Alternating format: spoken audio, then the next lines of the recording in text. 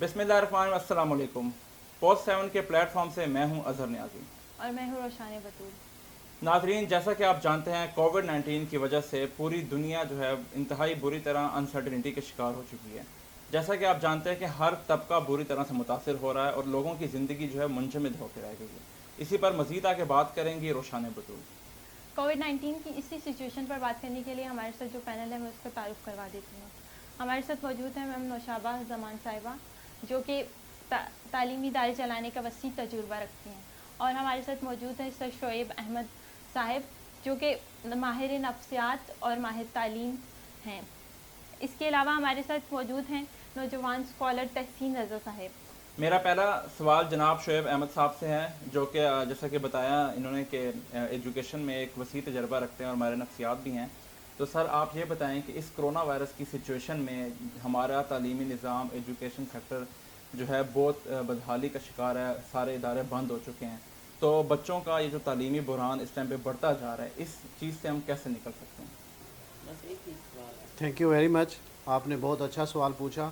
बहुत से पेरेंट्स और बहुत से स्टूडेंट्स इस मामले में हमारे साथ भी राब्ते में हैं, और मौजूदा दिनों में जब ये 2 से 3 माह और मज़ीद टाइम गुज़रता जा रहा है तो वालिदैन ख़ास तौर पर बहुत ज़्यादा परेशान हैं। रिसेंटली हमने पिछले पूरे 1 वीक से देख रहे हैं कि HEC के हायर एजुकेशन कमीशन का जो हमारा अदारा है उसके सामने भी तलबा एहतजाज कर रहे हैं और सरापा एहतजाज हैं, और इसी मकसद के लिए कि क्योंकि हमारे जो निज़ाम है यहाँ पे तालीमी निज़ाम, इसमें जदीद टेक्नोलॉजी का इस्तेमाल बहुत कम रहा है। और इसमें हालांकि हमारे पास 1-2 एग्जांपल्स भी थी। वर्चुअल यूनिवर्सिटी थी जो कि सारा इंटरनेट को इस्तेमाल कर रही है, लेकिन इस वक्त वर्चुअल यूनिवर्सिटी से और मुख्तलिफ बाकी प्लेटफार्म से जो है हम इतना ज़्यादा इस्तेफ़ादा नहीं कर सके। तो उसमें जो तलबा एहतजाज कर रहे हैं ख़ास तौर पर HEC के सामने या मुख्तलिफ जो गवर्नमेंट के ऑफिस हैं उनके सामने, वो ये कह रहे हैं कि आपने जो ऑनलाइन एजुकेशन का सिस्टम जो लागू किया है उसमें हमें कोई इसकी समझ नहीं आ रही, और हमारे पास इतनी सहूलियात भी नहीं है। क्योंकि अगर एक घर में 5 बच्चे पढ़ रहे हैं तो इतने पेरेंट्स ये अफोर्ड नहीं कर पा रहे कि पाँचों को वो लैपटॉप अलग अलग लेके दें, और इतनी ज़्यादा गांव में विलेज में जो है वो इंटरनेट की फैसिलिटीज़ मौजूद हों, जिस वजह से ये परेशानी का सारा जो है वो सामना करना पड़ रहा है। और तलबा ये कह रहे हैं कि हमारा इस सिलसिले में कोई मुस्तकिल हल निकाला जाए। बेशक अगर उसके SOPs पर अमल करते हुए यूनिवर्सिटीज़ को ओपन किया जाए, थोड़ी देर के लिए, कुछ टाइम के लिए ओपन कर दिया जाए, 2 घंटे के लिए, ताकि जो हैं तलबा टीचर्स के साथ आमने सामने लेक्चर ले सकें, और फिर साथ साथ हमें इसमें हमारे असातिज़ा इकराम को भी इसमें उनको इस मामले के ऊपर एक्सपर्टीज़ दी जाए कि वो इसको जदीद टेक्नोलॉजी को यूज़ कर सकें।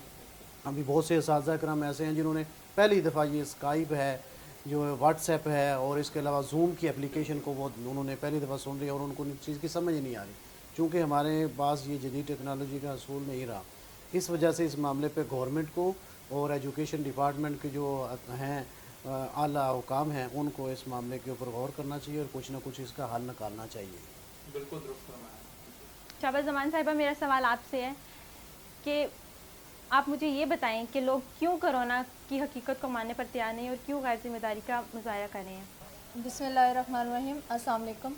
Roshane, thank you so much सबसे पहले कि आपने मुझे इस प्रोग्राम में इनवाइट किया और इस डिस्कशन के लिए यहाँ पे मदऊ किया, और बहुत अच्छा क्वेश्चन आपने मुझे इस वक्त पूछा है, क्योंकि आपको भी पता है कि कोरोना की वजह से जो सिचुएशन चल रही है, हम लोगों को सबसे पहले ये चीज़ समझनी चाहिए कि हम लोग क्यों गैर जिम्मेदारी का वो मुजाहरा कर रहे हैं।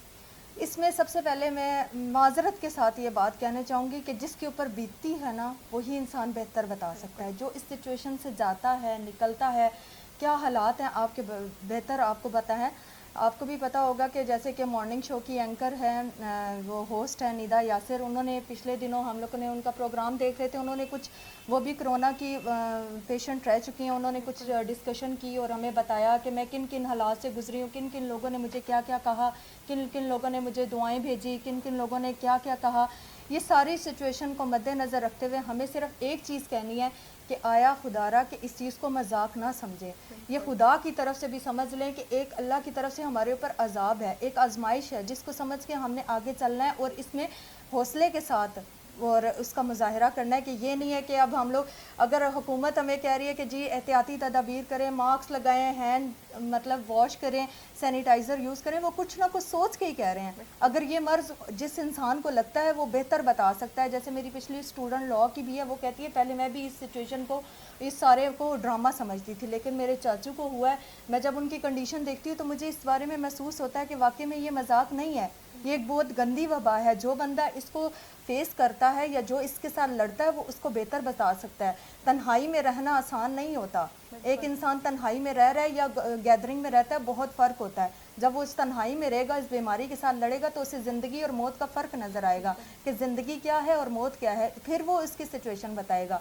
तो बेहतर है आप इसको मजाक ना समझें, बल्कि इसको एक सीरियस लें और जो चीज़ें आपको बताई जा रही हैं आप उसके मुताबिक चलें। हुकूमत अगर आपको कह रही है, कोई भी इंसान अगर आपको कुछ समझाता है तो वो आपके भले के लिए समझा रहा है, ना कि आपसे कोई जेलस हो रहा है कि हाँ जी ये हमें क्यों, हम बाहर जा रहे हैं। भाई 1-2 महीने के लिए अगर शॉपिंग छोड़ दोगे तो आपको कोई हर्ज हो जाएगा।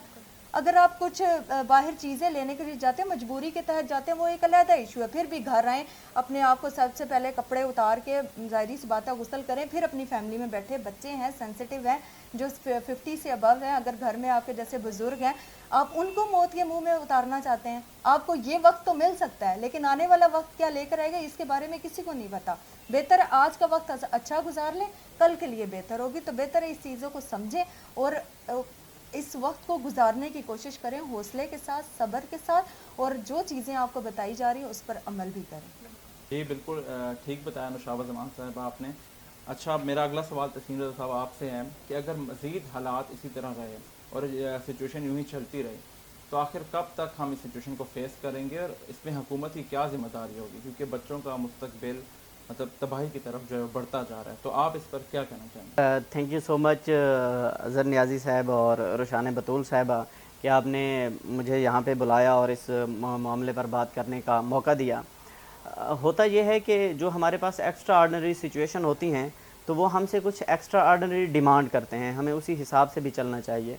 पहली बात तो यह है, जहाँ तक आपने रियासत की ज़िम्मेदारी की बात की है, तो रियासत का किरदार एक माँ का होता है, रियासत एक माँ होती है, उनका भी यकीनन किरदार है। और हमें ये देखना चाहिए कि रियासत की तरफ पहले देखने से पहले हमें ये देखना चाहिए कि रियासत बनती कैसे।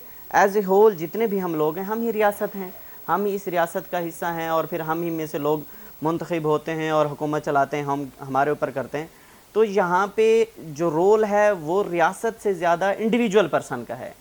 तो दो तरह की सिचुएशन है। एक तो सिचुएशन ये है कि हम कोरोना से बचा कैसे जाए और ये जो स्प्रेड हो रहा है सोशल डिस्टेंसिंग रख के किस तरीके से या कौन कौन से मैकेनिज़्म हैं, मेथड्स हैं कि हम कोरोना से बच सकते हैं। और दूसरी बात यह है कि ऐसी सिचुएशन में जब इकनॉमिक अनसर्टेनिटी है और हमारा मुल्क बेसिकली डेवलपिंग कंट्री है और जो मुआशी हालात हैं या इकनॉमिक सिचुएशंस हैं वो हर घर की निस्बतन इतनी ज़्यादा नहीं है। मेरे ख्याल में अभी कोरोना को स्टार्ट हुए 2 या 3 महीने गुजर चुके हैं, जितनी भी लोगों की सेविंग्स थी वो भी कंज्यूम हो चुकी हैं। ये कि रियासत की ज़िम्मेदारी है कि वो लोगों की एजुकेशन के मामले में सेटअप करे, जैसे अभी शोएब अहमद साहब बता रहे थे कि ऑनलाइन है या एक SOPs बाकायदा बनाया जाए, मैकेनिज़्म बनाया जाए ताकि ये जो स्टडी का सिस्टम है ये भी कंटिन्यू हो। जितनी भी इकनॉमिक एक्टिविटीज़ हैं, बिजनेसेस हैं जितने भी, बल्कि ये तो अच्छी बात है कि बहुत से बिज़नेस SOPs पे अमल भी कर रहे हैं। जब हम बैंक पे जाते हैं तो वहाँ पे सैनिटाइज़र लगे हुए होते हैं। इवन कि आप सब्ज़ी की दुकान पे भी जाएं, सब्ज़ी लेने जाएं तो वो तब तक आपको नहीं देते जब तक आपके पास मास्क ना लगा हो। तो अल्टीमेटली हमें मास्क को भी यूज़ करना चाहिए और हमें और इन सारे SOPs को फॉलो करेंगे, एक तो कोरोना को हम मिनिमाइज़ कर सकते हैं।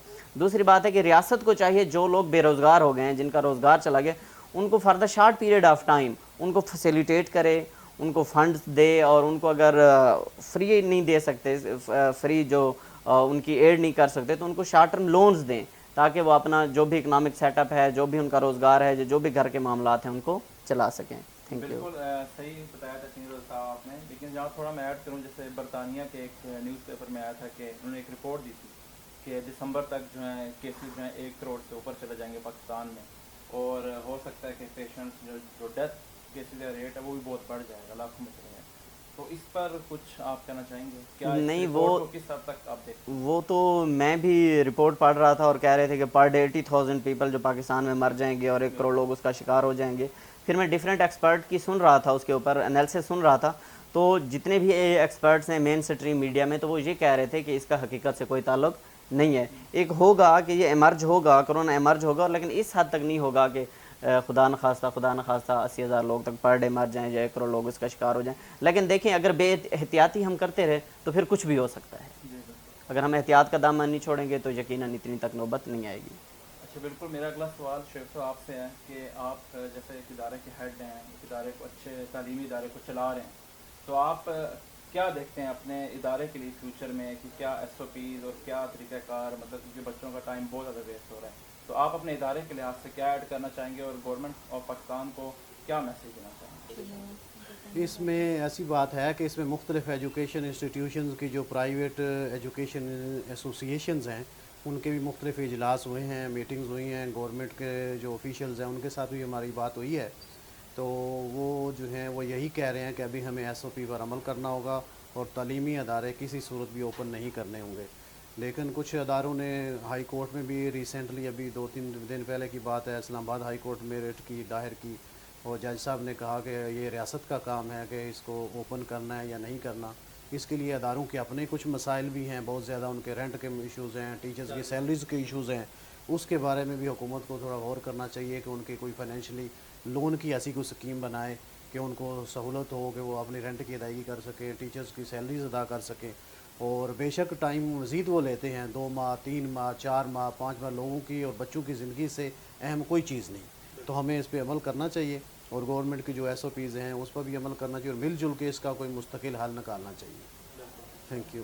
ناظرین، یہ تھا ہمارا آج کا پروگرام. مجھے روشان بطول اور میرے ساتھی اظہر نیازی کو اجازت دیجیے. اللہ حافظ.